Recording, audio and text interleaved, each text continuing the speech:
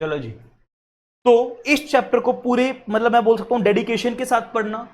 मैं इस चैप्टर को आपको जब रेगुलर क्लास लेता हूं तो अप्रोक्सीमेटली अप्रोक्सीमेटली 13-14 आवर्स की मेरी classes, minimum 14 hours plus classes, मतलब 15 आवर्स ही मान के चलो इसकी क्लासेस जाती है। तो मैं टाइम बार्ड हूं, देखो यहां मेरी कोशिश रहेगी 2 आवर्स, 2.5 आवर्स, 3 आवर्स मतलब अप्रोक्सीमेटली इस चैप्टर पे लेके जाऊं। तो टू द एक्सटेंड पॉसिबल जितना हो सकता है, जितना कम टाइम में जितना ज्यादा अच्छा हो सकता है, मैं आप लोगों को ये करवाने की कोशिश करूंगा। और आप लोग अब तो एनर्जी के साथ हो सर, अब तो नीचे कमेंट कर सकते हो, अब तो शेयर कर लो। चलो, आप बोलोगे सर इतना फोर्स कर रहे हो आप, शेयर करने पे इतना फोर्स कर रहे हो, भाई मोटिवेशन मिलता है। देखो कंसिडरेशन तो मैं ऐसे कुछ ले नहीं रहा हूं आपसे। कंसिडरेशन क्या है, बस आप लोग मुझे विशेष दो अपनी, आप लोग शेयर करो, लाइक करो, सब्सक्राइब करो, जिससे कि मैं ज्यादा बच्चों तक रीच कर पाऊं। देखो जनरली मैं ऑफर्स भी नहीं देता था, जनरली मैं हमारे विजन वगैरह भी नहीं रहता था, मैं बड़ा इंट्रोवर्ट से अपने आप में रहता था और अपने बस फेस टू फेस क्लासेस में। बट यस, अब सिचुएशन डिमांड हो गई है, आप लोग मुझे बार बार बोल रहे हो कि सर कर लो, और फैकल्टीज कर रहे हैं और जगह से हमें मिल रहा है, बट हाँ ये इस चीज की कमी है, आप रिवीजन नहीं कर रहे हो एंड ऑल दैट, मतलब आपने बहुत सारी रिक्वेस्ट रखी मेरे सामने। तो सेक्रेटरियल स्टैंडर्ड की फाइल को मैं करता हूं open, wait for a while. GS,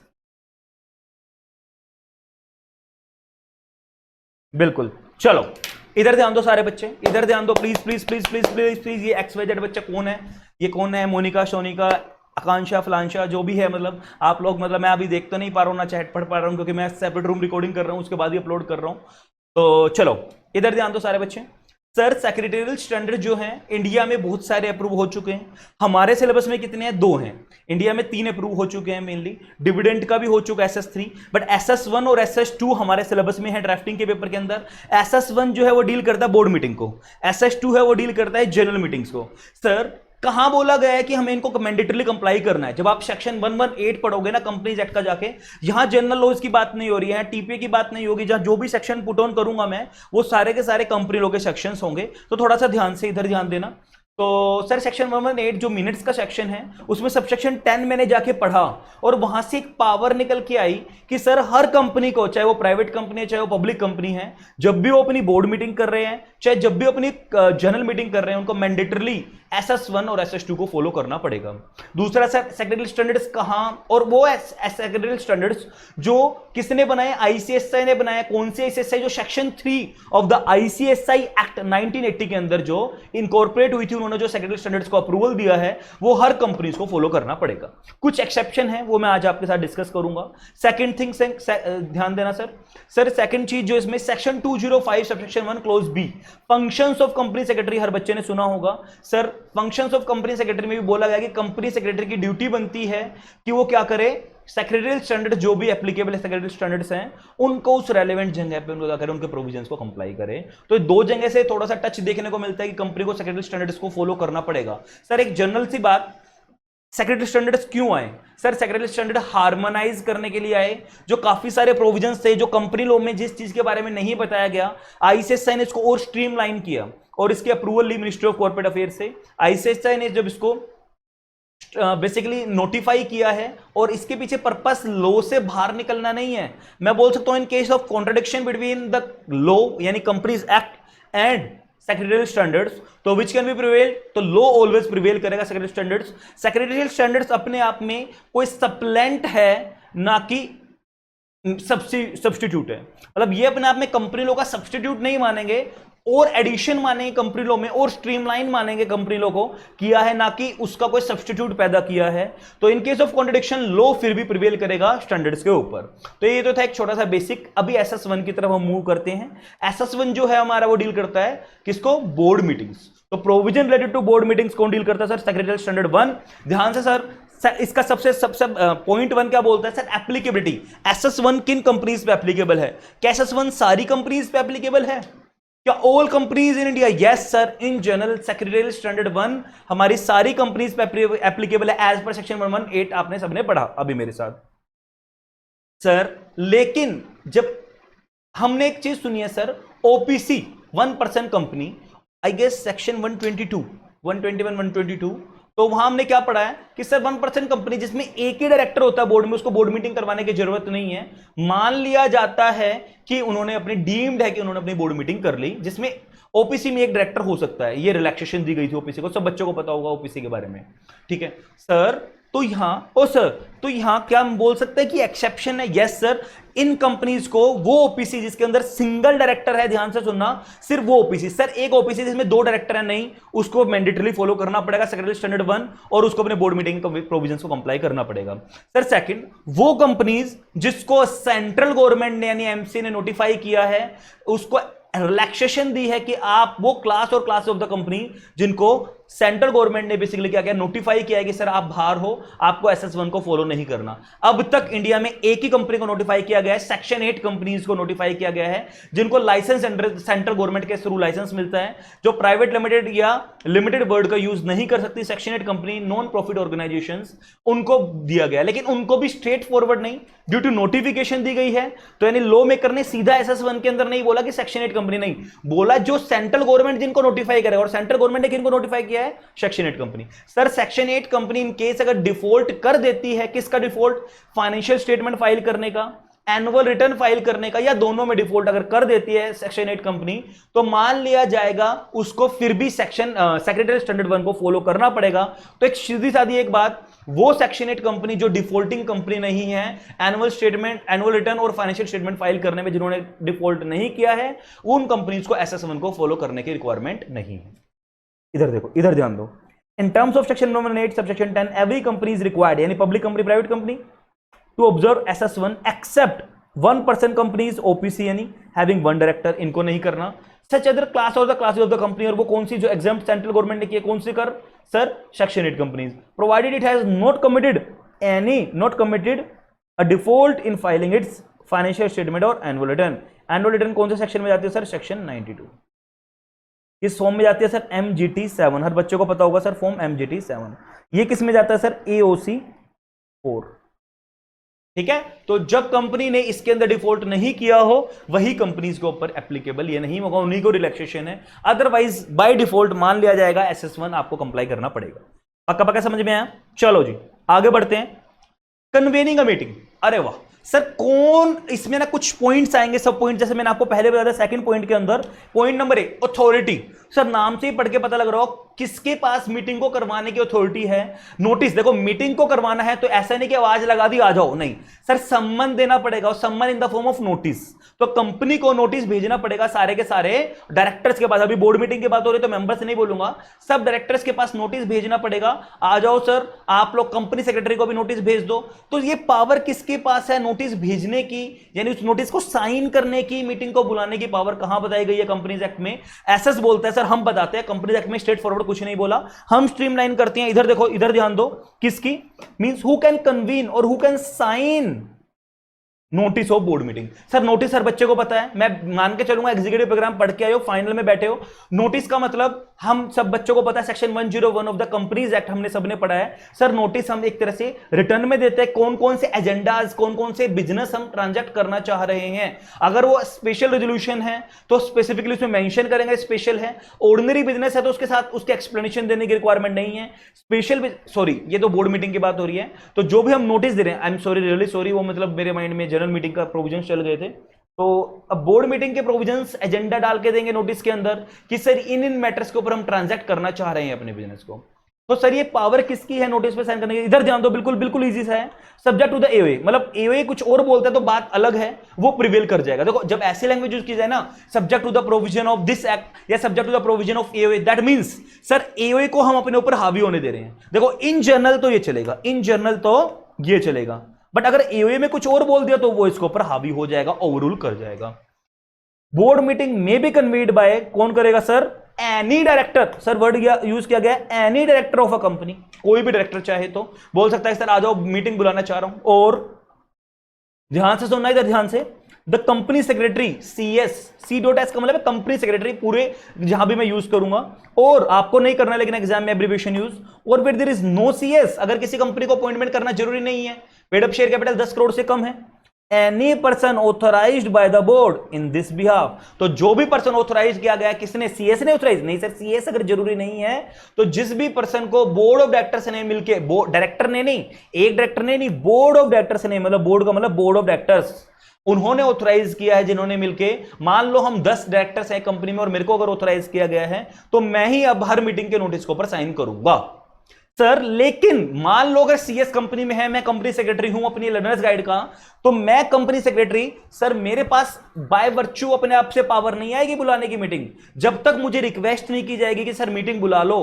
directors जब तक मुझे रिक्वेस्ट नहीं करेंगे, जब तक मैं नोटिस पे साइन नहीं कर सकता। The CS can not summon, यानी notice a meeting on his own. भाई मेरे पास खुद की पावर नहीं है, unless authorised by the board of directors or the articles. या तो आर्टिकल्स बोलते आपको इतने इंटरवल्स में खुद से बुलानी है, या बोर्ड ऑफ डायरेक्टर्स बोलते साल में 4 मीटिंग बुलानी है, इस डेट को बुलानी है तो बुला लो। अदरवाइज आपके पास सुओ मोटो पावर नहीं है कि आप जब चाहो मीटिंग बुला लोगे। एज अ सीएस आपके पास वो पावर नहीं है। डन। एडजर्न सर, एक टर्म हमने सुनी है एडजर्न। एडजर्न का मतलब कोई चीज स्टार्ट हो चुकी है। एग्जाम, बेस्ट एग्जांपल लेते हैं सर, एग्जाम थे अभी, आईसीएसआई ने एग्जाम के लिए वर्ड क्या यूज किया? पोस्टपोनमेंट। सर आईसीएसआई ने एडजर्नमेंट क्यों नहीं यूज किया? अगर एग्जाम स्टार्ट हो जाते, 1 या 2 एग्जाम हो जाता, तो उसके बाद अगर ये मैं बोल सकता हूं पेंडेमिक एकदम से अराइज होता, तो हम वर्ड यूज करते एडजर्न हो गए हैं बीच में, इन बिटवीन एग्जाम। लेकिन सर कोई चीज अभी कॉन्टिन्यूटी में नहीं है, यानी कोई भी मीटिंग अभी स्टार्ट भी नहीं हुई है, उससे पहले अगर हम कर रहे हैं तो पोस्टपोन। अगर मीटिंग स्टार्ट हो चुकी है, इन बिटवीन अगर उसको हम फ्यूचर डेट में अगर उसको ट्रांसफर कर रहे हैं, तो हम वो यूज करते हैं एडजर्नमेंट। तो दोनों बच्चों को समझ में आई बात? दोनों पक्षों की बातें समझ में आई हर बच्चे को? पक्का पक्का? चलो जी। द चेयरमैन में, अब देखो एडजर्नमेंट जो है, किसके पास पावर एडजर्नमेंट करने की? देखो सर, 1-2 केस होंगे एडजर्नमेंट के। एक तो ऐसी मीटिंग एडजर्नमेंट में, ध्यान से सुन लो, जहां कोरम, सर कोरम क्या होते हैं? देखो नलायको, फाइनल में हो, मैं फिर इतने स्क्रैच से बता रहा हूं, रिवीजन लेक्चर है। कोरम जिसमें प्रेजेंट हो, जिसमें प्रेजेंट नहीं हो। कोरम का मतलब sir minimum number of directors which are required to transact the business. किसी भी मीटिंग को ट्रांजैक्ट करने के लिए जो मिनिमम नंबर ऑफ डायरेक्टर्स हैं, सर कोरम कितनी होनी चाहिए कंपनी की? कोई भी कंपनी हो sir, 1/3 of the total strength, जितने भी टोटल नंबर ऑफ डायरेक्टर है कंपनी के अंदर, उनमें से 1/3 ले लो, और या फिर 2 डायरेक्टर ले लो, विच एवर इज हायर, तो उसको हम बोल देंगे सर कोरम है। तो 1 बेसिकली ये हम ले लेंगे। तो सर ऐसी मीटिंग जिसमें कोरम प्रेजेंट नहीं है, तो वो तो ऑटोमेटिकली एडजर्न हो जाएगी। Next day, next week, same time same place, next day, automatically अगले हफ्ते शिफ्ट हो जाएगी। और मान लेंगे adjournment due to want of quorum, उसमें तो कोई दिक्कत वाली बात है नहीं। सर अब प्रॉब्लम कहां आती है? जहां कोरम प्रेजेंट है, जहां minimum number of directors present है, लेकिन वहां या तो डायरेक्टर्स बोल दे सर प्लीज एक बार इसको एडजर्न कर दो, क्योंकि माहौल खराब हो गया, मीटिंग में आपस में एक दूसरे की लड़ाइयां हो गई है डायरेक्टर की, और माहौल ऐसा नहीं है जहां अब अच्छे से डिस्कशन किया जाए। या फिर कोई बीच में किसी की आपदा, डेथ आ जाए, किसी को हार्ट अटैक आ जाए, कुछ भी ऐसी प्रॉब्लम हो गई, लेकिन सर बोला गया चेयरमैन चाहे तो सुओ मोटो, चाहे तो अपनी मर्जी से जो मीटिंग जिसके अंदर कोरम प्रेजेंट है उसको क्या कर सकता है सर? पोस्टपोन कर सकता है, लेकिन सॉरी एडजर्न कर सकता है। लेकिन ध्यान देना, अगर वो एडजर्न कर रहा है, अनाउंसमेंट कर रहा है एडजर्नमेंट की, और उसके ऊपर, उसके एडजर्नमेंट डिसीजन के ऊपर कोई भी डिसेंटिंग डायरेक्टर्स ऑब्जेक्ट करना या डिसेंट करना, डायरेक्टर्स अपनी नाराजगी जताते हैं, ऑब्जेक्ट करते हैं, majority of the directors, single director नहीं, जो मीटिंग में आए हैं प्रेजेंट, देखो वर्ड यूज किया गया majority of the directors present, ना कि टोटल कंपनी के डायरेक्टर। मान लो टोटल 10 हैं, मीटिंग में 4 आए हैं, 1/3 का क्राइटेरिया हो गया, नहीं 4 डायरेक्टर आए हैं, तो अपने आप में क्या बोला गया सर?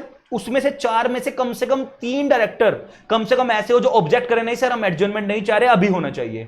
ऐसी मीटिंग जहां कोरम प्रेजेंट है और जहां डायरेक्टर्स बोल रहे हैं कि चेयरमैन बोल रहा है कि सर एडजर्न कर देता हूं, मेरे को अच्छा सा लग रहा है, 1 दिन और आएंगे फिर बैठ के खाएंगे आराम से, नहीं हम बोल रहे हैं आज ही करो, हमारे पास टाइम नहीं है। फिर तो अगर वो डिसेंट कर देते हैं तो एडजर्नमेंट नहीं होगी। अगर वो डिसेंट नहीं करते, देखो द चेयरमैन में, अनलेस, यहां से भूल जाओ, the chairman may at which the quorum, the chairman may चाहे तो at a meeting, chairman may at which a quorum is present adjourn the meeting for any reason at any stage of the meeting. यह मैंने कुछ shortcut किया तो इसलिए language properly नहीं आ रही, क्रक्स समझ लो।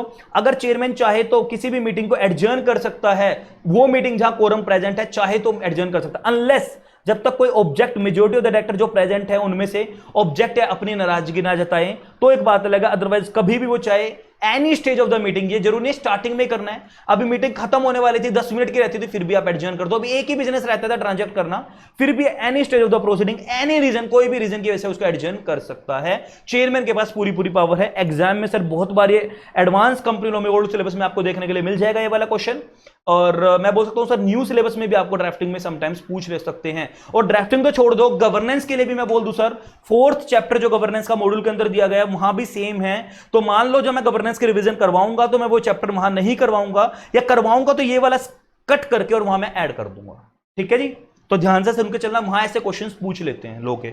अब सर जो हम मीटिंग करवाएंगे, जो नोटिस देंगे, क्या मैं बोल दूं सर वो डेट उस नोटिस के अंदर किस दिन, किस टाइम, किस जगह, डे, टाइम, प्लेस, वेन्यू, मतलब वो प्लेस वेन्यू बताना जरूरी है। यस सर, कोई भी डे, अब चाहे सर वो संडे है कर लो मीटिंग, बिल्कुल सर बोर्ड मीटिंग कर सकते हो। सर वो नेशनल हॉलिडे है, 2 अक्टूबर है, 26 जनवरी है, 15 अगस्त है, बिल्कुल सर कर सकते हो, कोई दिक्कत वाली बात नहीं। सर ओरिजिनल मीटिंग तो कर सकते हैं जो एडजर्न हो गई और उस दिन ऑटोमेटिकली एडजर्न हुई थी, जो चेयरमैन ने एडजर्न की थी और वो जानबूझ के छुट्टी वाले दिन रख ली, तो क्या कर सकते हैं, बिल्कुल सर कर सकते हैं, लॉ मेकर ने कोई भी दिक्कत नहीं बोली।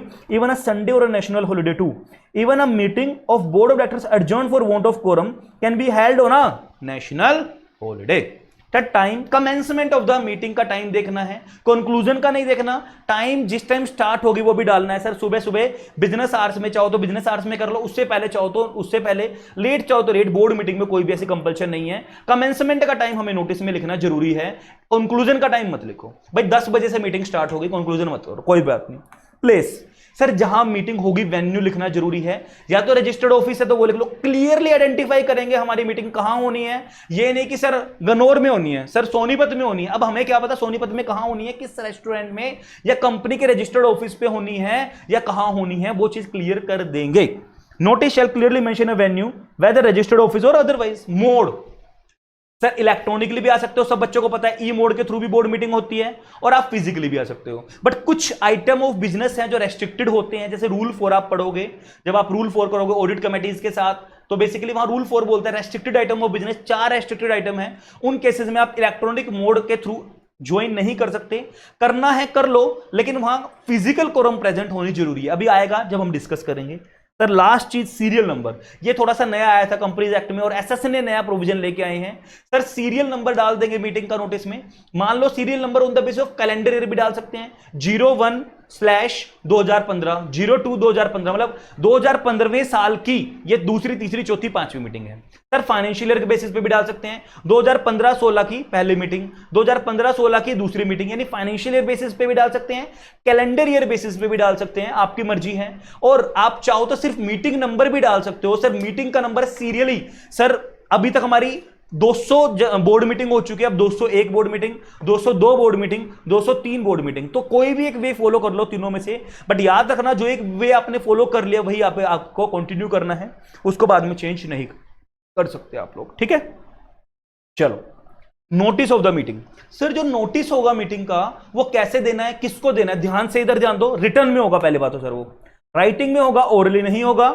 शैल be given to every director, sir हर डायरेक्टर को देंगे, हर डायरेक्टर। सर मेरा क्वेश्चन, माय क्वेश्चन, एक प्रोविजन आपने ना कंपनीज एक्ट में सुना होगा, ओरिजिनल डायरेक्टर और अल्टरनेट डायरेक्टर का। अब मैं इंडिया से बाहर गया हूं और कुछ टाइम पीरियड जो प्रिस्क्राइब्ड है उस पर टाइम पीरियड 3 महीने, 4 महीने, 5 महीने, 1 साल के लिए गया हूं, तो मैं बाहर हूं इंडिया से, क्या फिर भी मुझे नोटिस ऑफ बोर्ड मीटिंग मिलेगा? सर बिल्कुल मिलेगा। कंपनी लॉ ने नहीं बोला है लेकिन एसएस ने क्लियर कर दिया, ओरिजिनल डायरेक्टर को भी मिलेगा, उस एड्रेस पे मिलेगा जो एड्रेस रजिस्टर्ड है कंपनी के पास, उस एड्रेस पे कंपनी बोर्ड ऑफ डायरेक्टर्स को भी, ओरिजिनल को भी भेजेगी और ऑल्टरनेट को भी। हाँ ऑल्दो मोड किस मोड में देना है रजिस्टर्ड ऑफिस पे वो बोर्ड ऑफ डायरेक्टर डिसाइड करेंगे, बट देना जरूरी है ओरिजिनल डायरेक्टर को। मोड क्या देना है वो कौन डिसाइड करेगा? बोर्ड ऑफ डायरेक्टर्स बैठ के डिसाइड कर लेंगे। सर कैसे देना है, अब ध्यान से, मोड क्या होना चाहिए? हैंड डिलीवरी भी कर सकते हैं। सर 5 डायरेक्टर प्राइवेट कंपनी आसपास रहते हैं, लो भाई चल जाएगा। सर स्पीड पोस्ट के थ्रू भी सबको पता है, इंडियन डाक सेवा, Indian post, speed post, registered post. Sometimes हो सकता है किसी बच्चे के ना एड्रेस पे, जब आप मुझे कुरियर के लिए बुक देते हो, कुछ बच्चों के एड्रेस पे ना, जैसे विलेज एरियाज में, तो जनरली हरियाणा के एरियाज में ऐसे एरियाज होते हैं जो गाँव के होते हैं, वहां ना generally courier speed post courier service available नहीं है, तो है लेकिन इकट्ठा करके 10-10 दिन का, 5-5 दिन का, एक हफ्ते का जब कुरियर लेके जाते हैं। तो ऐसी जगह ना स्पीड पोस्ट हम प्रेफर करते हैं और स्पीड पोस्ट के थ्रू आर्टिकल्स भेजते हैं अपने। रजिस्टर्ड पोस्ट वही चीज, कुरियर तो वही चीज बोलेगा, registered post, speed post by facsimile, fax, email के थ्रू और एनी अदर इलेक्ट्रॉनिक मोड, जो भी आपका मोड अब आज हो गया है, लाइक व्हाट्सएप के थ्रू तो आप भेजना चाहो तो ऐसे भेज दो। प्रूफ ऑफ सेंडिंग नोटिस, सही बात है सर, जो आपने नोटिस सेंड किया उसका प्रूफ, और उसको डिलीवरी हो गई थी डायरेक्टर को उसका प्रूफ, डिलीवरी का भी प्रूफ, सेंडिंग का भी प्रूफ हमें कैरी करके रखना है, अपने पास संभाल के रखना है। जो बोर्ड ऑफ डायरेक्टर डिसाइड करे उतने साल के लिए प्रिजर्व करके रखना है। बट बोर्ड ऑफ डायरेक्टर्स कम से कम 3 साल के लिए तो प्रिस्क्राइब करेंगे और 3 साल से कम नहीं कर सकते, ये चीज बोली गई है साफ साफ यहां, not less then 3 years. Sir notice shall specify, क्या स्पेसिफाई करना है नोटिस को, अभी तो बात करके हटे हैं। सीरियल नंबर डालना है सर, वो सीरियल नंबर कैसे डालना है अभी तो मैंने आपको बताया, कैलेंडर के बेसिस पे, फाइनेंशियल के बेसिस पे, या क्वांटिटी ऑफ द मीटिंग के बेसिस पे, किस पे, डे डेट भी डालना है sir as per Gregorian calendar. Sir Gregorian calendar का मतलब इंडियन पंच, जैसे हिंदी में होता है ना पंचांग कैलेंडर, वो नहीं यूज करना। जैसे हम जो नॉर्मल कैलेंडर यूज करते हैं, लाइक देखो जैसे ऐसे कैलेंडर्स हम यूज करते हैं, तो ऐसे कैलेंडर की बात की जा रही है जो नॉर्मल इंग्लिश कैलेंडर्स होते हैं। Time sir, time of the commencement बताना है सर, फुल एड्रेस बताना है, कहां हम मीटिंग करेंगे, सिर्फ ये नहीं बता के छोड़ देंगे सिटी का नाम, कहां करेंगे वो भी बताना है। समझ में आ गई। अगर हम मीटिंग कर रहे हैं इलेक्ट्रॉनिक मोड के थ्रू, इंपॉर्टेंट क्वेश्चन है, तो क्या क्या प्रोविजंस होंगे, ध्यान से सुनना सर। इलेक्ट्रॉनिक मोड के थ्रू अगर मैं बोर्ड मीटिंग करना चाहता हूं, कोई रेस्ट्रिक्शन नहीं है, कंपनी चाहे तो सारे के सारी मीटिंग, साल में कितनी मीटिंग होती है जी, फ्रीक्वेंसी ऑफ मीटिंग 4 मीटिंग हर कंपनी को करनी जरूरी है, और minimum gap, maximum gap between 2 meetings is 120 days. हर कैलेंडर ईयर में हर कंपनी को 4 बोर्ड मीटिंग करनी जरूरी है, except 3 companies, OPC, dormant company, small companies, उनको छोड़ दो, अदरवाइज 4 मीटिंग करनी जरूरी है, और minimum maximum gap between 2 meetings is 120 days. तो सर तो क्या चारों मीटिंग आप इलेक्ट्रॉनिक मोड के थ्रू कर सकते हो? बिल्कुल कर सकते हो, बट उन मीटिंग्स में कोई भी ऐसा मैटर डिस्कस नहीं होगा जो रेस्ट्रिक्टेड आइटम है, जो आपको इलेक्ट्रॉनिकली नहीं कर सकते, और वो भी अगर आप कर रहे हो तो कर लो। फिजिकल कोरम जो हमने बोली थी ना, कोरम, फिजिकली कोरम प्रेजेंट होनी चाहिए। इलेक्ट्रॉन देखो इन जनरल अगर आप इलेक्ट्रॉनिकली पार्टिसिपेट करते हो फिर भी कोरम में आप काउंट हो गए, बट ऐसे आइटम जो रेस्ट्रिक्टेड आइटम है उन केसेस में आप इलेक्ट्रॉनिकली अगर क्या करोगे, उन रेस्ट्रिक्टेड आइटम्स जब वो डिस्कस किए जाएंगे आप उठ के चले जाओगे, आप उनमें डिस्कशन भी नहीं करोगे, उनके पार्ट भी नहीं बनोगे, प्लस आप कोरम भी काउंट नहीं होगे उस पर्टिकुलर ट्रांजैक्शन में जो रेस्ट्रिक्टेड है। सर तो क्या जो फिजिकली आए हैं अगर वो कोरम प्रेजेंट है, भले ही वो रेस्ट्रिक्टेड आइटम है, मान लो अप्रूवल करना मर्जर का, रेस्ट्रिक्टेड आइटम है, रूल 4 बोलता है सर अमलगमेशन का, मर्जर का, टेक ओवर का अप्रूवल देना है, रेस्ट्रिक्टेड है उस बोर्ड मीटिंग में, मान लो 5 डायरेक्टर हैं, एक मैं इलेक्ट्रॉनिकली हूं, आप 4 लोग बैठे हो, तो क्या मैं उसमें डिस्कशन कर लूं? सर पब्लिक कंपनी बिल्कुल भी नहीं, उठ के बाहर चलो। सर जो 4 बैठे हो, कंपनी के अंदर टोटल 10 डायरेक्टर हैं, तो क्या कोरम प्रेजेंट है? बिल्कुल सर, 1/3 चाहिए, 2 डायरेक्टर चाहिए, विच एवर इज हायर, आप हो 4 प्रेजेंट तो मान लेंगे सर वो बिजनेस हो सकता है ट्रांजैक्ट, बट मैं पार्टिसिपेट नहीं करूंगा, कोई दिक्कत नहीं है। समझ में आ गया सब बच्चों को? सर वही चीज बोली गई है, no restriction on a company to hold all its meeting through the electronic mode. Sir मजा आ जाएगा आपको नोट्स देख के, ऑनेस्टली बोल रहा हूं, मजा आ जाएगा, इतनी मेहनत से एसएस के नोट्स बनाए हैं, बनाए सारे हैं, एसएस पे तो मैंने पर्टिकुलरली 2 दिन डिवोट किए हैं। प्रोवाइडेड द फिजिकल कोरम, तभी मैं थोड़ा लेट लेके आ पा रहा हूं अपने ड्राफ्टिंग को, क्योंकि सर मुझे लेटेस्ट लेक्चर भी रिकॉर्ड करने होते हैं अपने और सब्जेक्ट्स के, मेरी हेल्थ इश्यूज भी हैं, तो उन्हीं सब चीजों को देखते हुए मैंने ना बिल्कुल साफ साफ राइटिंग में लिखी और बिल्कुल कंक्लूड करके आपके लिए लेके आया हूं कि लड्डू बस उठा के खा लो। Physical quorum is present during consideration of the restricted item of business. Sir physical quorum जो भी मैंने आपको एग्जांपल दिया वो होना जरूरी है। मान लो भाई टोटल 10 डायरेक्टर हैं, जिसमें से 5 आए हैं, 5 में से एक इंटरेस्टेड है, मतलब एक रेस्ट्रिक्टेड आइटम ऑफ बिजनेस में एक इलेक्ट्रॉनिक मोड के थ्रू है और फिजिकली आए हैं, तो ये डिस्कशन में नहीं बैठेगा, ये बैठ लेंगे, हाँ यस सर कोरम प्रेजेंट है। Physical quorum is present during the consideration of the restricted items. Sir restricted items कहां बताए गए हैं? रूल 4, अभी इसके नीचे मैंने डाल दिया है, टेंशन मतलब ये रूल 4 डाल दिया है। Director shall not participate through electronic mode in the discussion. Sir discussion में भी आप पार्टिसिपेट नहीं करोगे उन सर्टेन रेस्ट्रिक्टेड आइटम्स, उठ के चलो बाहर, उठ के चलो बाहर सर, हम 4 जो मीटिंग में बैठे हम काम कर लेंगे, ठीक है जी। Such restricted items of business includes approval of annual financial statements और board report. Sir board report को तो हर बच्चे को सेक्शन बिल्कुल याद है सर, बिल्कुल याद है सर हमें। सर बोर्ड रिपोर्ट का अप्रूवल हो रहा है, फाइनेंशियल स्टेटमेंट का अप्रूवल मैं बोल सकता हूं एजीएम से इमीडिएट पहले जो बोर्ड मीटिंग होती है, 30 डेज बिफोर जो बोर्ड मीटिंग होती है वही वाली, बिल्कुल sir.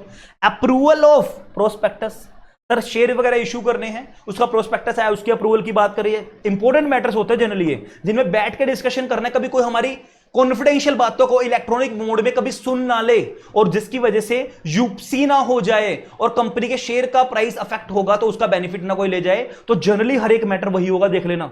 Approval of matters relating to merger, amalgamation, demerger, acquisition, take over.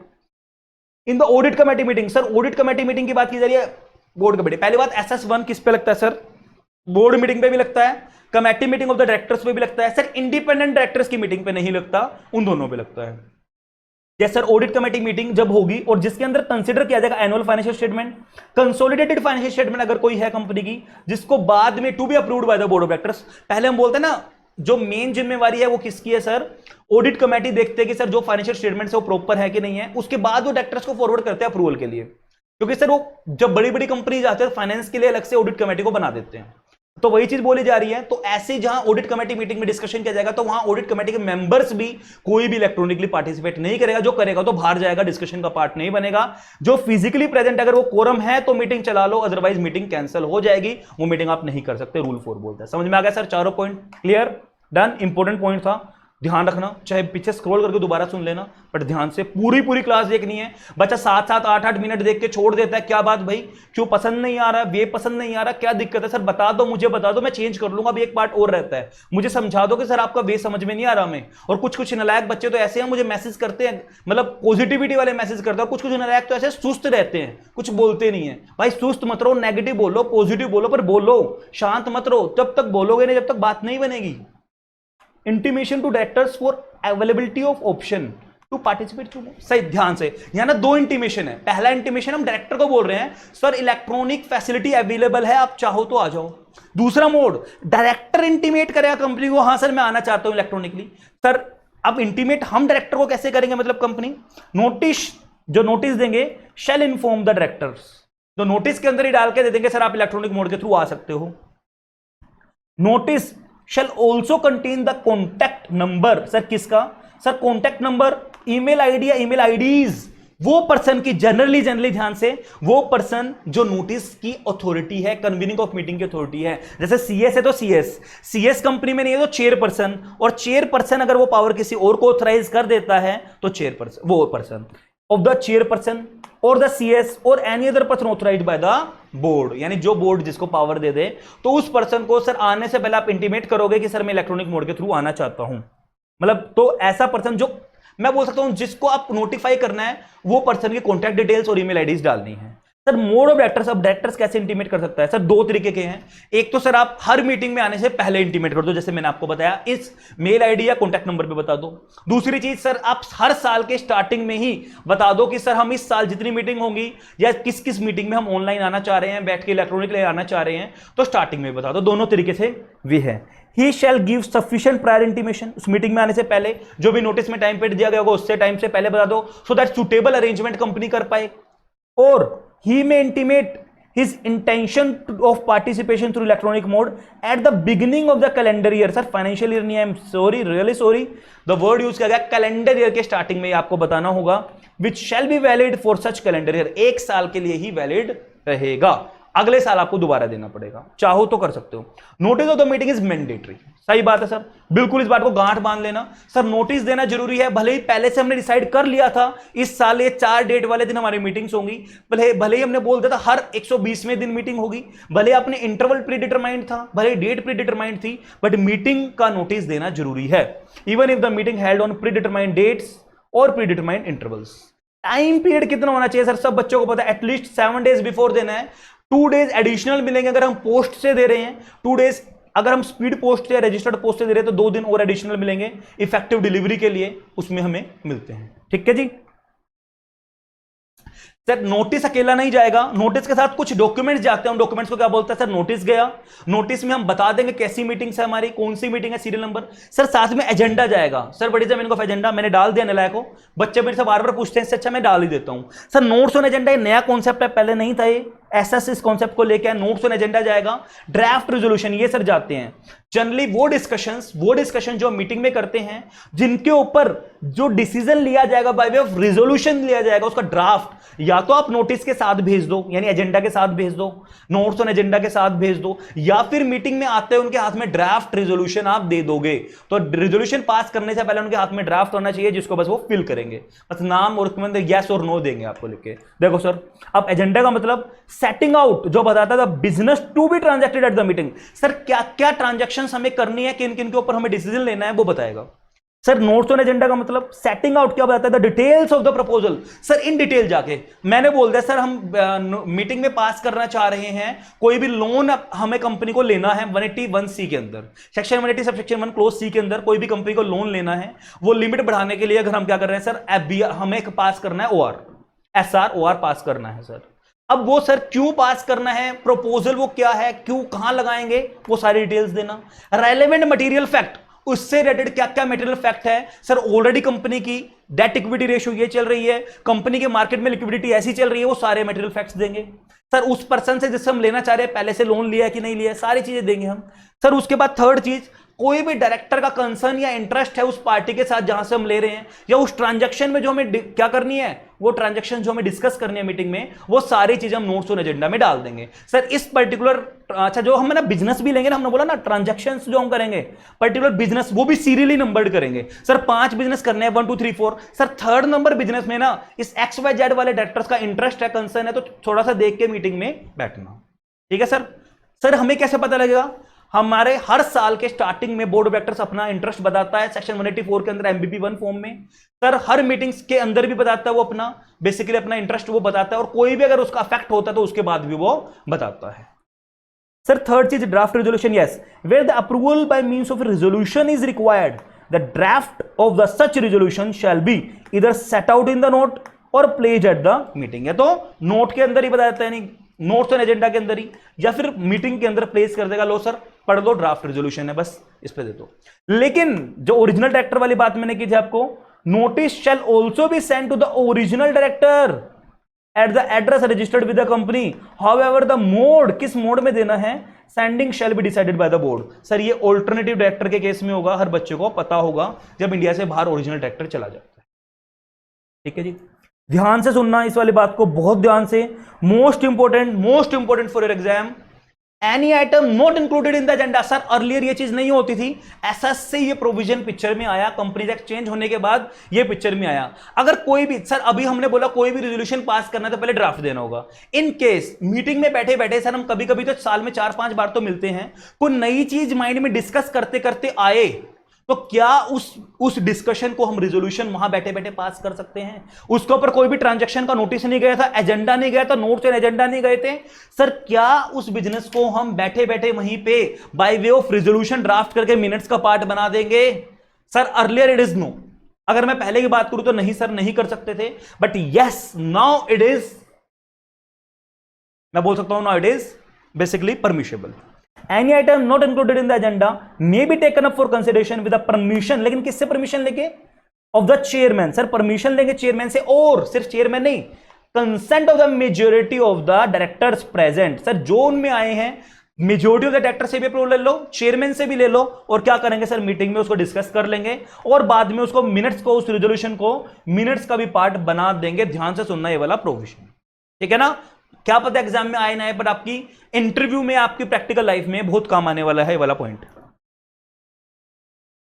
Each आएगा word, sorry, each item of business to be taken up at the meeting shall be serially numbered. अभी तो बता के हटाऊं आपको, सीरियली नंबर्ड करेंगे। Short notice, sir अभी तो आपने बोला था 7 days बिफोर जाएगा, at least 7 days before. Sir shorter notice भी जा सकता है, यस। अर्जेंट ट्रांजैक्शन कोई भी आपको करनी है और एकदम से मीटिंग बुलानी पड़ रही है, तो सर कितना शॉर्टर, कहीं प्रिस्क्राइब नहीं है। कुछ केस लॉज में 3 days भी आपको देखने को मिलेगा, रमैया में भी सम प्लेसेस पर 3 days है, बट कोई प्रिस्क्राइब नहीं है 3 days। आप मीटिंग में भी जैसे आप आए वहां आप सामने आने से पहले आप उसको नोटिस पकड़ा सकते हो। शॉर्टर नोटिस अवेलेबल है, कोई दिक्कत वाली बात नहीं है। सर वो शॉर्टर नोटिस है, अगर आपने कोई भी शॉर्टर नोटिस पे मीटिंग की है, उस मीटिंग को वैलिड तभी माना जाएगा, जो भी आपने शॉर्टर नोटिस करके मीटिंग करवाई है उसमें जो भी रेजोल्यूशन, मान लो 5 रेजोल्यूशन पास किए हैं, तभी वो रेजोल्यूशन वैलिड माने जाएंगे जब मीटिंग के अंदर at least one independent director present होगा। बट इन केस अगर कंपनी में इंडिपेंडेंट डायरेक्टर है और वो प्रेजेंट नहीं है तो सर देखो, if at least one independent director if any shall be present at the such meeting, shall होना चाहिए। और अगर है कंपनी को अपॉइंट करना जरूरी आईडी एज पर रूल 4 बोला था ना, appointment and qualification of director details rules. Sir अगर है और लेकिन if no ID is present तो झोल हो गया सर। उस केस में क्या होगा सर, जो भी रेजोल्यूशन पास किए गए हैं subject to the ratification, meeting खत्म होने के बाद वो सारे के सारे रेजोल्यूशंस डायरेक्टर्स में, चाहे भले वो डायरेक्टर्स आए थे मीटिंग में चाहे वो नहीं आए थे, सारे डायरेक्टर्स को वो रेजोल्यूशन शेयर किया जाएगा और तभी उसको कंफर्म माना जाएगा, फाइनल माना जाएगा जब एटलीस्ट वन इंडिपेंडेंट डायरेक्टर उसको अप्रूव कर देगा। Decision taken at the meeting shall be circulated to all the directors and shall be final only on ratification by one ID. Sir directors को approve नहीं करना, फिर भी आईडी अप्रूव कर दे, काम चल जाएगा। सर थर्ड कैटेगरी सब समझ गए होगे, बड़े समझदार बच्चे हो, नीचे टाइप भी लिखना भी कमेंट भी करना और वाव वाव करनी स्टार्ट कर दिया आप लोगों ने। इन case the company does not have an ID, company को जरूरत ही नहीं आईडी अपॉइंट करने की, कंपनी फॉलो ही नहीं करे उस लिमिट में, 10 100 वाली लिमिट में, 50 वाली लिमिट में, डिसीजन शैल बी फाइनल तभी माना जाएगा। सर यहां मेजॉरिटी ऑफ द डायरेक्टर्स देखो ध्यान से, only A ratification by majority of the directors of the company. Sir यहां कंपनी के डायरेक्टर्स की बात की जा रही है 10, देखो एग्जांपल को वही पकड़ के चलना 10, तो यहां कम से कम 6 डायरेक्टर्स को अप्रूव करना पड़ेगा तभी रेजोल्यूशन माना जाएगा। बट सर क्या पता मीटिंग में ही 6 डायरेक्टर आए हों और मीटिंग में ही उन 6 डायरेक्टर्स में से 4 डायरेक्टर ने अप्रूव कर दिया हो, तो क्या वेदर इट इज वैलिड और नॉट? बिल्कुल सर, दो चीजें होंगी, यहां मैंने लिखी नहीं है बट ध्यान रखना, या तो मीटिंग में आए हैं और मीटिंग में मेजॉरिटी ऑफ द डायरेक्टर्स ने उसको मतलब डायरेक्टर्स ऑफ द कंपनी मान के चलना, मीटिंग में आए हैं और मीटिंग में इतने डायरेक्टर्स ने उसको अप्रूव किया जो अपने आप में majority of the directors of the company था। ध्यान से सुनना, देखो मीटिंग में आए थे 8 डायरेक्टर, टोटल थे 10, 8 में से 6 ने अप्रूव कर दिया, मीटिंग में 6 ने अप्रूव कर दिया, तो क्या बाद में रेटिफिकेशन करने की जरूरत है? सर टोटल कितने हैं? 10 की मेजॉरिटी कितनी है? 6। बिल्कुल सर कोई जरूरत नहीं है। सर मीटिंग में आए थे 8, उनमें से 5 ने अप्रूव किया, 6 ने अप्रूव नहीं किया। यस सर, अगर मीटिंग में majority of the directors of the company not meeting अगर उसको अप्रूव कर दिया था तो उस केस में जरूरत नहीं थी, बट अगर अप्रूव नहीं किया था तो बाद में दोबारा से सर्कुलेट करेंगे और अगर majority of the director of the company अब बाद में उसको रेटिफाई कर देते हैं तब उसको पास माना जाएगा, अदरवाइज फेल माना जाएगा। सर मजा आ गया, पूरी मेहनत लगाइए सर, एंजॉय करोगे आप लोग। ऑनेस्टली मैं पूरे सच्चे दिल से मेहनत कर रहा हूं सर, आप लोग भी मेरे साथ दो, बहुत मेहनत कर रहा हूं, गला बहुत दर्द रहता है, वीकनेस बहुत है, बट स्टिल फिर भी आप लोगों के सामने खड़ा हूं, पूरी मेहनत के साथ खड़ा हूं sir. Frequency of meetings, sir meetings के बीच में फ्रीक्वेंसी भी तो मैंने आपको बताई थी। इनकेस अगर OPC small company dormant company है तो सर एक मीटिंग करवा दो हर हाफ कैलेंडर ईयर में, मतलब पहले 6 महीने में जनवरी से लेकर जून तक, सर जुलाई से लेके दिसंबर तक एक मीटिंग करवा लो, दोनों में एक एक मीटिंग करवा लो और दोनों के बीच का जो गैप होगा ना वो नॉट लेस देन, मतलब मैक्सिमम मिनिमम गैप कितना होना चाहिए सर? 90 दिन। तो मिनिमम गैप कितना होगा सर? 90 डेज होना चाहिए 2 मीटिंग का। सर लोचा कब आएगा? जब कंपनी ने 2 से ज्यादा मीटिंग करवा ली। सर अब क्या देखें, गैप किसका देखें? पहली और आखिरी, अब वो मीटिंग कब करवा ली? अब हमने बोला था 90 दिन का गैप होना चाहिए, पहली मीटिंग उसके बाद 90 दिन के बाद और फिर सर लास्ट जो करवाई उसमें और इसमें तो गैप हो गया। तो इन्होंने बोला कोई भी 2 मीटिंग, कोई भी 2, एक कैलेंडर नहीं, कोई भी 2 मीटिंग का गैप कम से कम 90 दिन होगा। सर प्रॉब्लम कहां आएगी? जब साल में 3 मीटिंग करवा ली तो पहली और आखिरी मीटिंग का गैप 90 दिन हो, कम से कम 90 दिन हो, काम चल जाएगा। सर इस बीच में अगर जरूरत पड़ी और मीटिंग करवानी पड़ी तो क्या मैं बोल दूं लॉ का ब्रीच हो गया था? अगर ये नोटिफिकेशन नहीं निकालते तो लॉ में गड़बड़ थी। सर अब मान लो आज मैंने मीटिंग करवाई, ओपीसी हूं, गवर्नमेंट कंपनी हूं, स्मॉल कंपनी हूं, मुझे फिर 10 दिन के बाद जरूरत पड़ गई और मैंने मीटिंग बुलानी पड़ी, फिर तो क्या मैं बोल दूं? यहां तो बोला मिनिमम 90 दिन होने चाहिए। सर 90 दिन वेट करें उसके बाद उस बिजनेस को करें? नहीं सर, बिल्कुल भी नहीं। लॉ ने बोल दिया चाहो जितनी कर लो, ज्यादा कर लो, बट जो पहली और आखिरी मीटिंग है ना उसमें कम से कम 90 दिन का गैप रख लो, जो साल की पहली और आखिरी मीटिंग है। If more than 2 meetings are held in a year, the gap between the first and the last meeting in a year is exceeding 90 days. The normal companies, any other than OPC, the company shall held at least 4 meetings of its board in each calendar year. ध्यान से calendar year, not financial year. With a maximum interval, मतलब maximum gap of 120 days between the consecutive meeting. 2 consecutive meeting में maximum 120 दिन, वहां था sir minimum, यहाँ क्या है maximum, ध्यान से। And adjourn. देखो ध्यान से सुनना सर, अब मैंने क्वेश्चन अराइज होगा, सर मैंने मीटिंग करवाई लेकिन है ना उस मीटिंग में कोई भी प्रॉब्लम हो गई, आपदा आ गई और वो मीटिंग एडजर्न करनी पड़ गई, कोरम नहीं आई, तो सर क्या ब्रीच हो गया हमारे 120 दिन का? हमने बोला मिनिमम मैक्सिमम 120 दिन, हमने 120वें दिन करवाई थी और सर एडजर्न हो गई मीटिंग एक हफ्ते के लिए ऑटोमेटिकली, तो क्या हमारा ब्रीच हो गया? नहीं सर, एडजर्न मीटिंग को भी हम काउंट ओरिजिनल मीटिंग के डेट से ही करेंगे। Adjourn meeting being a continuation of the original, मान लेंगे सर उसी के कंटिन्यूएशन में है, पोस्टपोन नहीं है, कंटिन्यूएशन में है original meeting, the interval period in such a case shall be counted from the date of the original meeting. Postponement को नहीं मानेंगे, एडजर्नमेंट को मान लेंगे, जैसे कि ओरिजिनल डेट वाले दिन से ही हमारी मीटिंग थी, तो हमारा क्या नहीं हुआ है सर? कोई भी नॉन कंप्लायंस नहीं हुआ है। Meetings of committees, sir meeting of committees भी सेम ही है, जो भी लॉ या जो भी अथॉरिटी बोलते हैं कितने दिन में करवानी है, तो रेलेवेंट लॉ या अथॉरिटी की बात मान लेंगे, अगर कुछ भी नहीं बोला तो जो बोर्ड डिस्क्राइब करेगा उसको मान लेंगे। कोरम अभी तो बताया सर आपको, 1/3 of the total strength of the board, sir 10, तो 10 का 1/3 कितना है सर? 3.33, मतलब 4 डायरेक्टर्स मिनिमम प्रेजेंट होने चाहिए, 2 डायरेक्टर भी चेवर इज हायर, तो हमारी क्या है सर? वो कोरम है। Directors participating through electronic mode, क्या उसको कोरम में मानेंगे? बिल्कुल sir. Shall be counted for the purpose of quorum, shall be counted for the purpose of quorum. Sir फिर कोरम में कब नहीं मानेंगे? बड़ा मजा आने वाला है, इधर ध्यान दो, बिल प्लीज प्लीज इधर ध्यान दो, सब बच्चे देंगे, ओल्ड सिलेबस वाला जो बच्चा देख रहा है उसको एडवांस कंपनियों में भी काम आएगा, गवर्नेंस में भी काम आएगा, तो हर बच्चे के लिए बहुत इंपॉर्टेंट टॉपिक चल रहे हैं। स्पेशल कोरम, बिल्कुल ध्यान से सर, जब सर स्पेशल कोरम अगर आप इंटरेस्टेड हो सेक्शन 184 के अंदर, तो बोला गया है कि सर सेक्शन 174 के अंदर बोला गया अगर आप 184 में इंटरेस्टेड हो और वो इंटरेस्टेड इतने ज्यादा हैं कि सर जो टोटल नंबर ऑफ डायरेक्टर्स हैं उसके 2/3, मतलब सर आप 6.66 मतलब 7 डायरेक्टर या उससे ज्यादा आप इंटरेस्टेड हो, 7 डायरेक्टर या उससे ज्यादा आप इंटरेस्टेड हो 10 में से, तो उस वाले केस में बोल दिया गया है अगर ऐसा कुछ है कि इंटरेस्टेड डायरेक्टर की तादाद इतनी बढ़ जाए टोटल स्ट्रेंथ में से, तो जो भी रिमेनिंग रह जाएंगे ना वो 2 से कम नहीं होने चाहिए, जो भी रिमेनिंग रह जाएंगे उन्हीं को कोरम मान लेंगे। The remaining directors present at the meeting not being less than 2 shall be the quorum during the such item. Sir what is the interested director? हर बच्चे के दिमाग में क्वेश्चन घूम रहा होगा, सर इंटरेस्टेड तो हमने 188 के अकॉर्डिंग भी पढ़ा है, तो इधर ध्यान दो, interested director as per section 184, interested director as per section 188 वाला सब बच्चों पहले सुन लो। रिलेटेड पार्टी ट्रांजेक्शन सब बच्चों को पता है, वो 7-8 आइटम सेल करना था, लीज पे देना था, एजेंट के थ्रू करना था, सर्विसेज देनी थी, अंडरराइटिंग कमीशन करना था, वो बहुत सारी चीजें आपने सुनी। Office in place of profit related party transaction है, तो he shall not be present at the meeting. Sir अगर आप इंटरेस्टेड हो due to related party transaction तो आप प्रेजेंट नहीं होगे मीटिंग में, और ना ही आप उस मीटिंग में ना तो फिजिकली प्रेजेंट होगे ना इलेक्ट्रॉनिकली प्रेजेंट होगे। दैट मीन सर आप डिस्कशन का पार्ट तो नहीं बन सकते, बिल्कुल भी नहीं बन सकते डिस्कशन का पार्ट।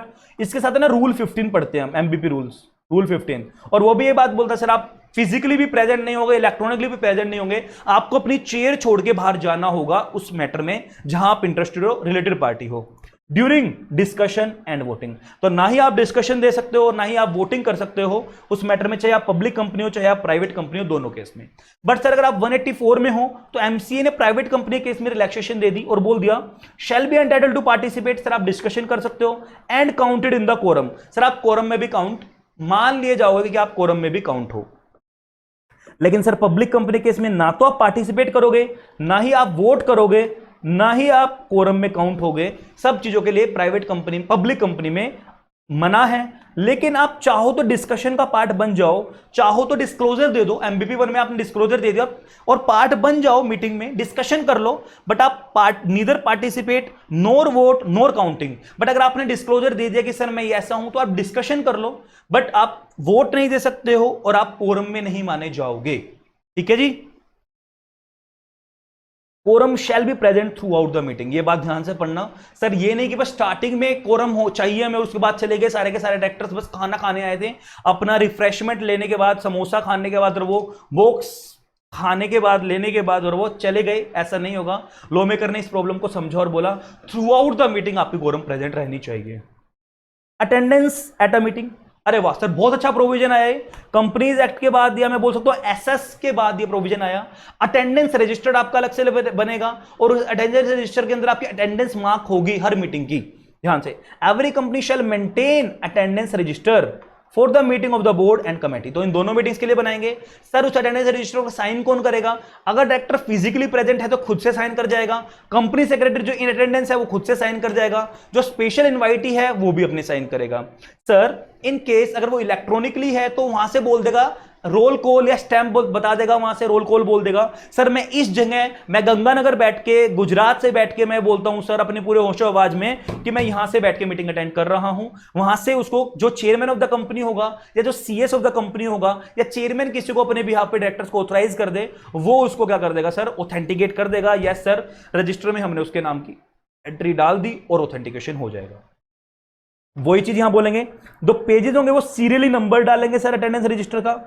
रिकॉर्ड्स जो होंगे दो तरीके से बनाएंगे, या तो सेपरेट शीट, हम बोलते हैं ना सर जैसे नोट्स बनाए हैं तो मैं हार्ड कॉपी की बुक में बना दूं नोट्स, या फिर मैं शीट की फॉर्म में बना दूं। अब वो शीट को मेरे को बाद में क्या करना पड़ेगा? बाइंड करवाना पड़ेगा, या फिर मैं पूरी की पूरी ऑलरेडी बाइंडेड रजिस्टर में आपके नोट्स बना दूं। तो वही चीज बोली जा रही है। Signing of the attendance register बहुत इंपॉर्टेंट है सर, एग्जाम में क्या पता पूछ ले ICSI. In case the meeting where the directors are present in person, यानी फिजिकली प्रेजेंट है, तो each director should sign the attendance register, हर डायरेक्टर को साइन करना है। Additionally the CS who is in attendance, देखो आप ना जब मेरे साथ डिटेल में पढ़ोगे तो पढ़ोगे सीएस को इन अटेंडेंस बोला जाता है। डायरेक्टर्स और जो कोई स्पेशल इनवाइटीज यानी ऑडिटर वगैरह कोई बुलाया है, कोई भी स्पेशल एक्सपर्ट बुलाया तो स्पेशल इनवाइटी, केएमपी बुलाया तो special invitee. Additionally the CS who is in attendance at the board meeting, वो भी साइन करेगा। Person attending meeting by invitation should also sign the register. अगर वो इलेक्ट्रॉनिकली मींस के थ्रू अगर वो हुआ है तो मान लिया जाएगा shall be deemed to have been signed by the director if their attendance is recorded in the register and authenticated by the CS, या तो सीएस उसको ऑथेंटिकेट कर दे अपने इनिशियल्स वगैरह, हाँ सर मेरे प्रेजेंस में ये आया था और उन्होंने मीटिंग ज्वाइन की है। और where there is no CS by the chairman और by an director present if so authorised by the chairman, अगर जो डायरेक्टर्स प्रेजेंट है वो भी कर सकता है, अगर डायरेक्टर को चेयरमैन ने ऑथराइज किया है कि सर आप कर दो, कोई बात नहीं मेरे भी आप में।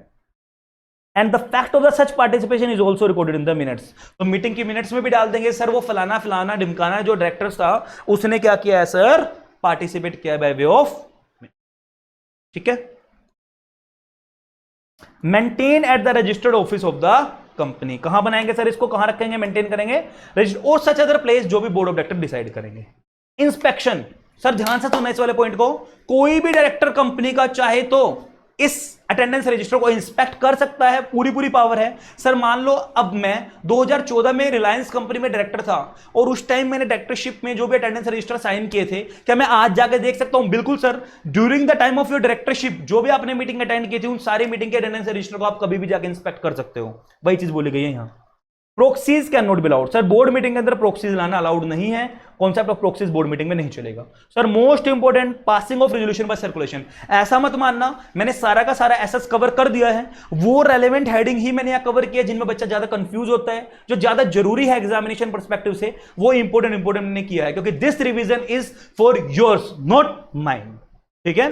तो passing of resolution by circulation, sir RBC बहुत ज्यादा अर्जेंट बिजनेस है, जो बोल सकते हैं सर डायरेक्टर्स का इकट्ठा होना, मैं बोल रहा हूं सर पॉसिबल नहीं हो पाता, बहुत बड़े कहीं कहीं पे डायरेक्टर्स हैं, तो bye way of resolution by circulation भेज दो और जिसमें अप्रूवल आ जाएगा। इसमें क्या करते हैं सर, हम रेजोल्यूशन भेजते हैं, ड्राफ्ट रेजोल्यूशन भेजते हैं और एक पेपर पे भेजते हैं और उसके अंदर वापिस लाने का भी हम प्रीपेड स्टैंप उस पर लगा के भेजते हैं कि आप वापिस भी हमें करना और अपना डिसीजन इतनी डेट से पहले हमें दे देना। सर रेजोल्यूशन बाय सर्कुलेशन में जनरली क्या होता है, कौन इसको करवाएगा? Resolution by circulation generally expense बताते हैं और मान लिया जाएगा जो भी रेजोल्यूशन पास किया जाएगा रेजोल्यूशन बाय सर्कुलेशन के थ्रू, जैसे कि वो डीम्ड मान लेंगे, जैसे कि प्रेजेंट मीटिंग के थ्रू ही हुआ था, जैसे कि मीटिंग करवाई गई थी, तो जनरली इसमें सीटिंग फीस बचती है। और कुछ ऐसे जो एक ही रेजोल्यूशन पास करना है, क्या मीटिंग बुलाएं, तो bye way of resolution by circulation RBC. अगर मैं सेक्शन की बात करूं तो कंपनीज एक्ट में सेक्शन 175, ठीक है सर। अब कौन किसके पास पावर है आरबीसी की? या तो चेयरमैन, कंपनी का चेयरमैन, अच्छा चेयरमैन भी दो टाइप के होते हैं, एक तो चेयरमैन ऑफ द कंपनी, अगर वो 5 मिनट तक मीटिंग में नहीं आया तो चेयरमैन जो डायरेक्टर्स अपने आप में से एक को अपॉइंट कर देंगे chairman of the particular meeting. Chairman of the company बोल लो, chairman of the general meetings बोल लो, चेयरमैन ऑफ द बोर्ड बोल लो, एक ही बात है। बट अगर वो प्रेजेंट नहीं होता 5 मिनट के अंदर अंदर किसी भी बोर्ड मीटिंग में, तो डायरेक्टर्स अपने आप में से ही एक को चूज कर लेता है chairman of the particular meeting. तो वो चेयरमैन जो बोर्ड का है, कंपनी का है, या तो वो बुला ले, रिजोल्यूशन बाय सर्कुलेशन कर ले, और इन हिज एब्सेंस अगर वो नहीं कर रहा तो कोई भी मैनेजिंग डायरेक्टर के पास भी पावर है, वो भी कर सकता है। अगर वो भी नहीं कर रहा इन हिज एब्सेंस तो कोई भी डायरेक्टर कर सकता है, बट वो डायरेक्टर इंटरेस्टेड डायरेक्टर नहीं होना चाहिए। ध्यान से सर, उस पर्टिकुलर मैटर में वो इंटरेस्टेड नहीं होना चाहिए, वरना भाग भाग के रेजोल्यूशन पास करवाने के लिए बोलेगा। बट सर प्राइवेट कंपनी है तो वो इंटरेस्टेड हो तो भी हो सकता है। पब्लिक कंपनी के लिए वो इंटरेस्टेड डायरेक्टर नहीं होना चाहिए, प्राइवेट में हो सकता है। लेकिन सर एक बात ध्यान से सुनना, कब आप आरबीसी के थ्रू पास कर सकते हो? जब तक ड्राफ्ट रेजोल्यूशन आप फाइल ना कर दो, फॉरवर्ड ना कर दो ड्राफ्ट रेजोल्यूशन, किसको? किसी रेगुलर डायरेक्टर्स को फॉरवर्ड ना कर दो, उससे पहले। Wait for a while.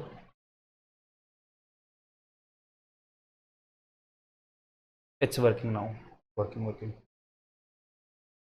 एक बार दोबारा बोलता हूं। सो डिसाइड कर लो, लेकिन कब से पहले? सर ड्राफ्ट रेजोल्यूशन जब तक हमने डायरेक्टर्स को नहीं भेजा है उससे पहले आप डिसाइड कर लो, अगर आपको आरबीसी के थ्रू करवाना है तो। देखो, shall decide before the draft resolution is circulated to all the directors. अच्छा sir, word all the directors, अगर मैंने सबको भेज दिया लेकिन एक को नहीं भेजा तो भी मैं करवा सकता हूं। ऑल वर्ड लिखा है तो उसको मैं लूप होल पकड़ूंगा। Whether the approval of the board for a particular business shall be obtained by means of resolution by circulation।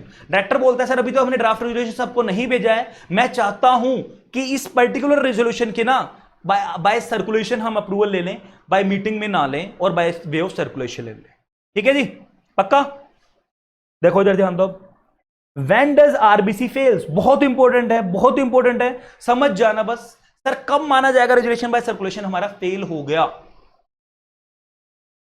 Sir जब टोटल स्ट्रेंथ यानी 10 डायरेक्टर के 1/3 यानी सर 4 डायरेक्टर अगर क्या कर दें, 4 डायरेक्टर ये बोल दे हम नहीं चाहते सर इस रेजोल्यूशन को आरबीसी के थ्रू पास। देखो मान लो चेयरमैन ने बोल दिया आरबीसी के थ्रू कर लो, सर अभी ड्राफ्ट रेजोल्यूशन गया नहीं है, आरबीसी के थ्रू पास कर लो। लेकिन वहीं उसके कंपैरिजन में 4 डायरेक्टर खड़े हो जाए और बोल दे नहीं हम नहीं चाहते आरबीसी के थ्रू हो, ये मीटिंग में ही होना चाहिए, तो मान लेंगे रेजोल्यूशन बाय सर्कुलेशन फेल हो गया। भले आपने सर्कुलेशन कर दिया हो, अगर डायरेक्टर्स ने बाद में विद्रो कर दिया, डिसेंट कर दिया, तो 1/3 डायरेक्टर अगर विद्रो कर लिया तो मान लेंगे। सर मेरा क्वेश्चन है सर 1/3 में इंटरेस्टेड डायरेक्टर भी हो सकते हैं? यस सर, इंटरेस्टेड है, नॉन इंटरेस्टेड है, उससे फर्क नहीं पड़ता।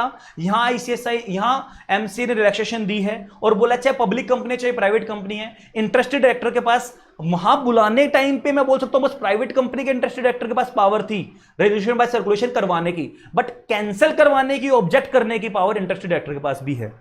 Where not less than 1/3 of the total number of directors include interested director, भले ही प्राइवेट कंपनी है चाहे पब्लिक कंपनी है। For the time being require the resolution under circulation to be decided at a meeting। अगर बोलते हैं sir meeting में decide किया जाएगा तो मीटिंग में डिसाइड करेंगे, तो chairman shall put the resolution for consideration at the meeting of the board। आ रहा है सर समझ में? बहुत इंपॉर्टेंट है सर, मतलब मैं बोल सकता हूं सर तोते उड़ जाते हैं बच्चों के। अभी तो आपको बिल्कुल इजी लग रहा है क्योंकि मैं इंटरप्रिटेशन नहीं करवा रहा हूं। जब मैं इंटरप्रिटेशन करवाता हूं क्लास में, जब आता है एक असली आनंद। तो द रेजोल्यूशन इफ पास्ड कब माना जाएगा? सर आरबीसी के थ्रू रेजोल्यूशन पास हो गया। सर हमने ना जब रेजोल्यूशन फाइल किया था, आपको लोगों को दिया था, सर्कुलेट किया था, तो एक उसमें ना लास्ट डेट बोल दी थी कब आपको अपनी एसेंट या डिसेंट देनी है। सर आपको देनी जरूर है, या तो एसेंट दो चाहे आप डिसेंट दो, आपको देनी जरूर है। तो जब आपकी लास्ट डेट जो सिग्निफाई की गई थी रेजोल्यूशन के अंदर कि सर ये आपकी लास्ट डेट है एसेंट या डिसेंट देने की, जब वो डेट अचीव हो जाए और आपकी रेलेवेंट मेजोरिटी जो भी मतलब चाहिए यानी मेजोरिटी ऑफ द डायरेक्टर्स ने अप्रूवल दे दी, तो मान लेंगे सर पास। बट सर ध्यान से दूसरी चीज, सर अभी तो हमने बोला था, मान लो सर डेट अभी आई, डेट थी 10 तारीख 10 जून, अभी आज हमने भेज दिया 10 मई को। सर अब हम बोल रहे हैं कि सर अब अप्रूवल हमारी आ गई 25 मई को ही, सर मेजोरिटी की 10 में से सर 6 ने अप्रूवल दे दी। अब बताओ सर क्या मान लें 6 की अप्रूवल आती पास?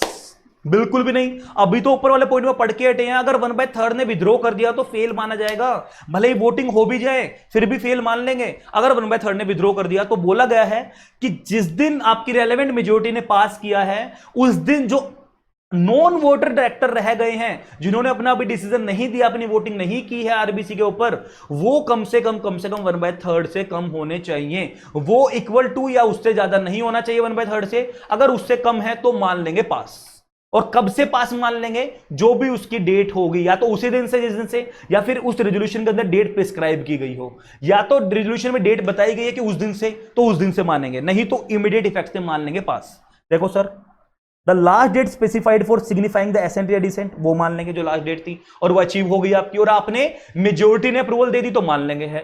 मतलब ये लास्ट डेट भी है, प्लस रेलेवेंट जो मेजोरिटी थी उसने भी अप्रूवल दे दी तो पास।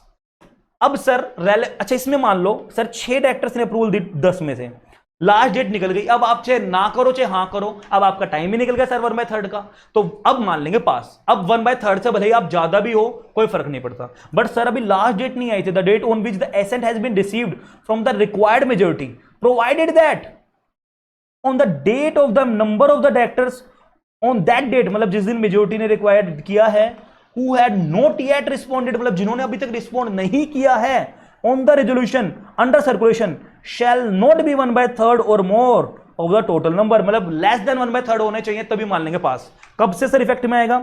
shall be effective from that date, जिस दिन या तो ये लास्ट डेट या फिर ये वाले दिन जहां 1/3 से भी कम रह गए, तो दैट मीन्स क्या मैं बोल सकता हूं लेस देन 1/3 अगर रह गए जिन्होंने वोट नहीं दिया तो मान लेंगे पास। या फिर if no other effective date is specified in such resolution, अगर कोई और डेट बोली गई थी जो अब मानेंगे, अदरवाइज उसी दिन से मान लेंगे।